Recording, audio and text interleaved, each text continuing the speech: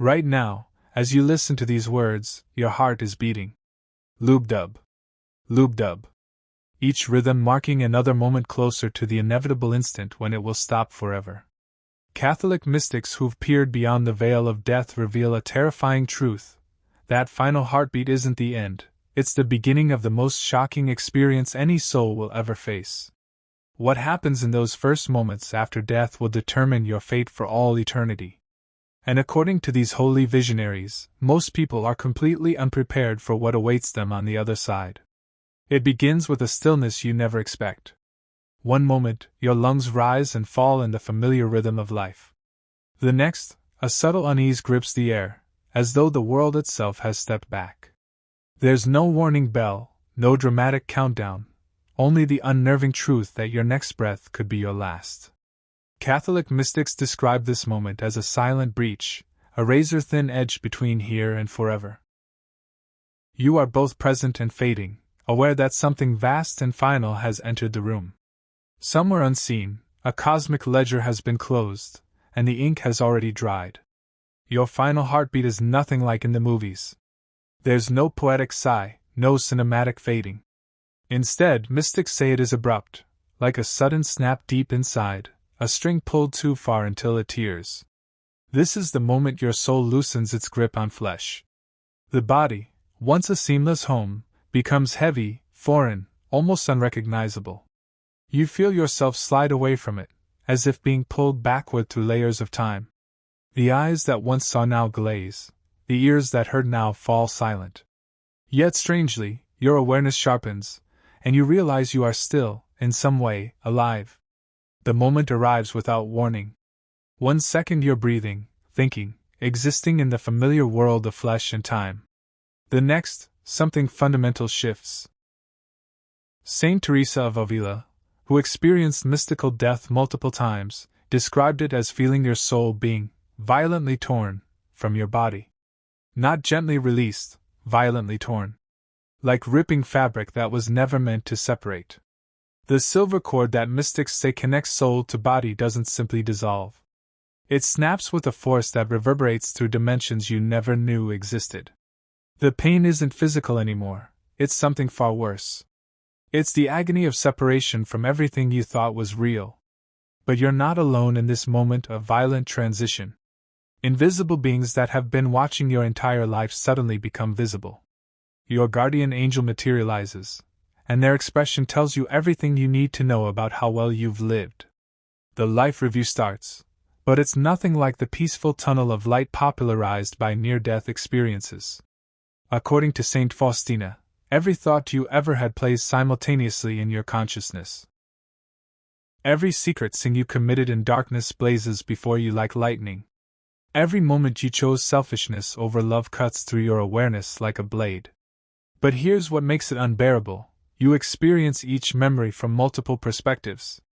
You feel not just your own emotions, but the pain you caused others, the disappointment you brought to God, and the grief you inflicted on your guardian angel. Time becomes elastic. Seconds stretch into what feels like years of relentless examination. Hidden sins you forgot decades ago resurface with terrifying vividness. That lie you told in 3rd grade. The moment you chose pride over humility. The time you refused to help someone in need because it was inconvenient. Saint Catherine of Siena revealed that souls often discover they committed sins they didn't even know were sins. Acts of omission weigh heavier than acts of commission. The good you failed to do screams louder than the evil you actually did. Your conscience, finally unshackled from the deceiving influence of flesh, judges you with merciless accuracy. There's no rationalization anymore, no excuses that seemed so reasonable when you were alive. Only truth, brutal, inescapable, absolute truth. The strangest part isn't the judgment, it's how time operates in this new reality. Mystics describe experiencing what feels like centuries of review and what would have been microseconds of earthly time. Your earthly death might have been instantaneous to observers, but your consciousness experiences an eternity of examination. Past, present, and future collapse into a single point of awareness. You see not just what you did, but what you could have done. Not just who you were, but who you were meant to become. The gap between your actual life and your potential life becomes a chasm of regret so deep it threatens to swallow your sanity. Then comes the first glimpse of your destination. The mystics describe this moment as more shocking than anything that came before. 3 paths stretch before you, each leading to a different eternity. The souls destined for heaven see a light so beautiful it makes earthly sunlight seem like darkness. Those bound for purgatory witness a fire that somehow burns away imperfections while filling the soul with inexplicable joy. But those whose choices have led them toward damnation see something that makes them beg for annihilation, a reality so horrible that Saint Teresa of Avila said she would rather suffer all earthly torments for the rest of time than spend one moment experiencing what she witnessed. The sorting begins immediately. There are no second chances, no appeals, no delays. Your guardian angel either escorts you forward with tears of joy or watches in helpless anguish as you're pulled toward a destination they cannot follow. The demonic entities that circle during your death either flee in terror or advance with predatory satisfaction. The choice was made during your lifetime, now you simply experience the consequences. But here's what the mystics say will shock you most: the destination isn't arbitrary. It's the natural result of what you chose to become. Souls don't get sent to hell, they choose it because they've become the kind of beings who can only exist in such a place. Heaven doesn't exclude anyone. Some souls exclude themselves because they've become incompatible with perfect love. The separation is violent. Mystics speak of it as a wrenching, a force that feels like every fiber of your being is being torn apart. It's not pain in the physical sense, it's deeper, primal, the sensation of something eternal being ripped from its temporary casing. The body convulses in final protest, but you are already halfway gone. The Catholic saints say this is when the invisible battlefield erupts. Guardian angels stand on one side, luminous and unyielding. On the other, demonic forces circle, their rage sharpened by the knowledge that this is their last chance to claim you. The secrets you thought were buried do not just appear, they manifest. Mystics claim they have weight, density, even texture. Lies feel like stones pressing into your chest. Betrayals feel like shards under your skin. And yet, this pain is not inflicted from outside, it comes from within, from the sudden and total understanding of what you have done. For some, the burden is unbearable. The angels plead for mercy, but the demons feed on the despair, dragging your failings into the light. Every hidden corner of your life is stripped bare, and you are left standing in the naked gravity of truth. Time, as you knew it, ceases to exist. Seconds no longer pass. There is only the endless present. Mystics call it the opening of eternity, a moment so vast that it feels both like an instant and an age. You cannot measure it, you can only exist within it. The sun, the moon, the ticking of clocks, none of it matters now. Your awareness stretches beyond the walls of the room, beyond the city, beyond the world itself. You are beginning to understand what it means to live without the anchor of time, and it is both terrifying and strangely intoxicating. And then, the first glimpse. Mystics describe it as the lifting of a veil, revealing a reality so overwhelming that your earthly senses could never have endured it. Colors too vivid to name, shadows too deep to measure, and a clarity so piercing it feels like light has entered every corner of your being. For some, it is beauty beyond beauty. For others, it is terror so consuming it freezes the soul. This is the threshold, the moment before the paths diverge. You see them, 3 distinct roads ahead, and though you have not yet moved, you feel their pull in your core. The 3 paths stand revealed. Heaven, where the light is alive and draws you with the force of infinite love. Purgatory, where a fire burns not to destroy but to refine. And hell, where the darkness is not absence but a presence. Hostile, consuming, final. The choice is not yours to make here. It has been made in the countless small decisions of your life. The angels watch. The demons wait. Your soul teeters on the precipice, and for the first time, you understand the weight of every unnoticed moment you ever lived. The instant the 3 paths reveal themselves, the pull of unseen hands drags you forward, not into the light, nor into the darkness, but into a place beyond either. Mystics call it the throne room, yet no earthly palace could prepare you for it. It stretches beyond sight, yet you feel enclosed, as if every corner of existence has been drawn inward for this single moment. Here, there is no escape. This is not where you plead your case. This is where truth itself becomes the atmosphere, and you realize there has never been any hiding, not from him, not from yourself. You stand before the judge, not as a title, but as a presence. This is Christ, yet not the gentle shepherd of paintings or the quiet figure in prayer cards. This is majesty so absolute it dissolves your will to speak. Catholic mystics warn that here, all human reasoning collapses. No clever defense can stand. No excuse sounds sane in the presence of perfect knowledge. You are known completely, your heart dissected before you without scalpel or hand. Every thought, every motive, every moment of pride or cowardice glows like molten metal. You understand, with painful clarity, that there is nothing left to bargain with. And then come the sins you forgot. The petty thefts you laughed off. The whispered slanders that slipped from memory. The moments of silent cruelty, when you could have helped but didn't. They rise like specters, each with its own face, each demanding to be seen. Mystics describe this as the most shocking part of judgment, not the remembered crimes, but the forgotten betrayals. You realize that eternity has perfect memory, and nothing you dismissed as small was ever small at all. Even the smallest wound to another soul echoes louder here than the grandest achievements you boasted about in life. In this unbearable unveiling, a tension rises, mercy and justice, two forces you never knew could coexist. They are not at war, they are in perfect harmony, but their balance determines everything. Mercy pulls toward redemption, eager to lift you. Justice anchors toward consequence, unwilling to ignore what you've chosen. Mystics say it feels like standing between two tides, one warm and one cold, both powerful enough to sweep you away. Every virtue you ever cultivated leans toward mercy. Every sin you embrace drags toward justice. And you feel, with shattering certainty, that you have already decided your own verdict. You are not alone in this trial. The saints are here, faces you may have prayed to, names you may have heard in church hymns. They do not speak, but their presence carries weight. Mystics describe them as witnesses, not to condemn, but to testify to the truth of grace. They recall the prayers they offered for you, the moments when heaven intervened on your behalf. Their eyes are full of both sorrow and hope, for they see you exactly as you are. They know what could have been. They know what was.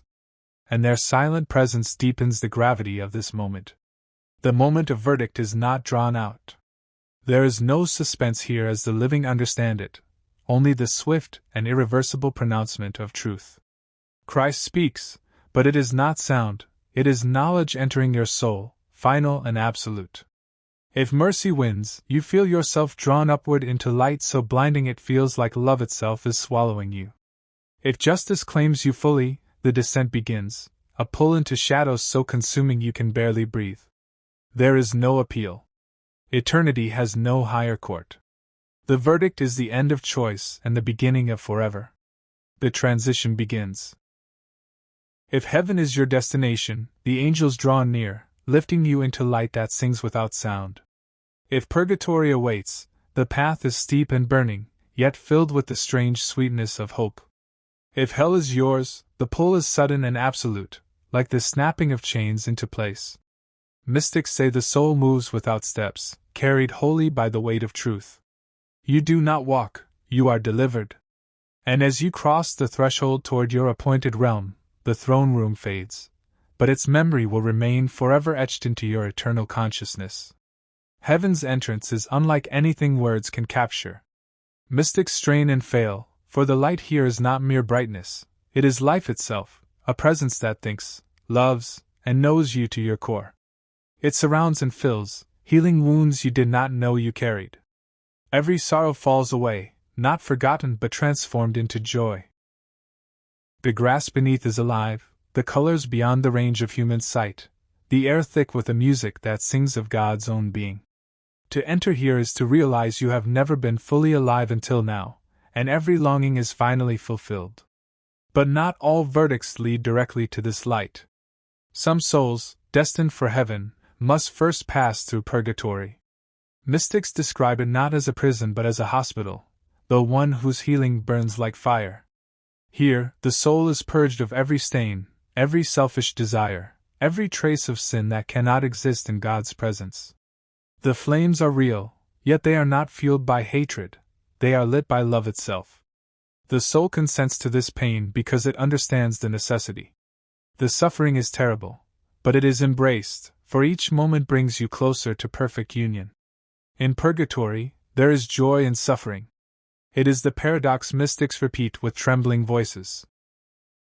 The souls here feel the weight of their purification, yet also the unshakable certainty of heaven ahead. They endure the fire not with despair, but with gratitude, for each wound healed is one step closer to God's embrace. Unlike the living, they are free from doubt. Every cry is a hymn of hope. The time, if such a word can be used, does not drag, for each instant carries the taste of the eternal light drawing nearer. Here, pain is the last form love takes before glory. And then there is hell. Mystics say even demons tremble to recall it. The descent is swift, the separation absolute. The first sensation is not fire but loss, the sudden, crushing knowledge that God's presence will never touch you again. The light is gone, not because it was taken, but because you turn from it forever. Then the darkness moves. It is alive, hostile, pressing against you from every side. The fire here is not for cleansing but for consuming, though it never finishes the task. It burns without killing, inflicts without ending, and each second carries the weight of eternity. Within hell, the worm that never dies is remorse, endless, knowing, unrelieved by hope. Mystics speak of it as a hunger in the soul that cannot be fed, a wound that will not close. It is not merely regret for punishment, but for the loss of God Himself. Every memory of His call becomes a blade. Every joy once tasted turns to ash. The soul is trapped in a perfect clarity of its own rebellion, knowing exactly what it rejected, yet unable to undo the choice.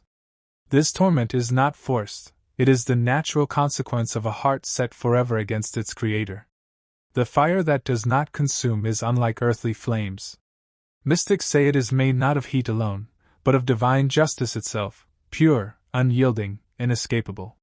It shapes itself to the soul's own sins, burning in the measure and manner each deserves.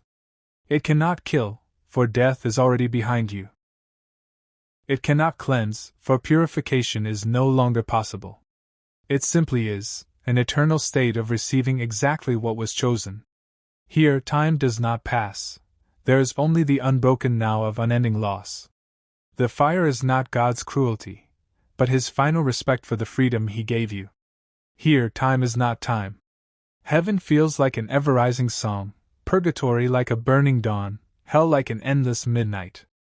The mystics say eternity is not simply a long time, but the absence of time entirely, a state where change is possible only in purgatory, and fixed forever elsewhere. For the living, this is unthinkable, for everything on earth has an ending. But here, there are no endings, only being. And as the living still walk the earth, they remain mysteriously bound to these realms, sometimes unknowingly shaping the fates of those already beyond. The veil is thin, thinner than we think. Then comes the second coming.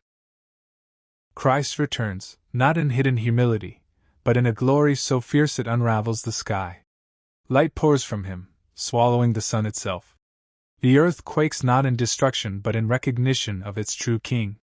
Angels flood the horizon, their voices like thunder rolling through eternity. This is the moment every prophecy pointed toward, the hour every saint longed for, the dread every unrepentant soul feared.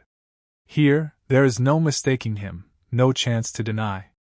The shepherd has come for his sheep, and the judge has come for his court. The general judgment begins. Mystics describe it as the public unveiling of all history, where every act of every person is displayed before all creation. Nothing remains private, not a thought, not a motive, not a hidden kindness, not a buried sin. The web of cause and effect stretches from the dawn of time to the last human breath, each strand revealed in perfect clarity. The mercy given in secret is celebrated before the nations. The harm done in shadows is exposed in the light. This is not cruelty, it is truth unsealed for the glory of God and the instruction of all. From this moment, creation itself transforms. The new heaven and the new earth appear, not as separate places, but as a reality restored to perfection. The curse of decay is lifted. No leaf will wither, no creature will suffer, no night will fall unless it is filled with light. The very air will seem alive, reflecting God's glory. The redeemed will walk in bodies untouched by age or weakness, their senses magnified beyond earthly comprehension. The mystics say even the colors will be different, the air tasting of joy, the rivers singing without words. Every part of existence will hum with divine life. And yet, even in their visions, the mystics admit there is something more, an ultimate mystery beyond the reach of prophecy or imagination.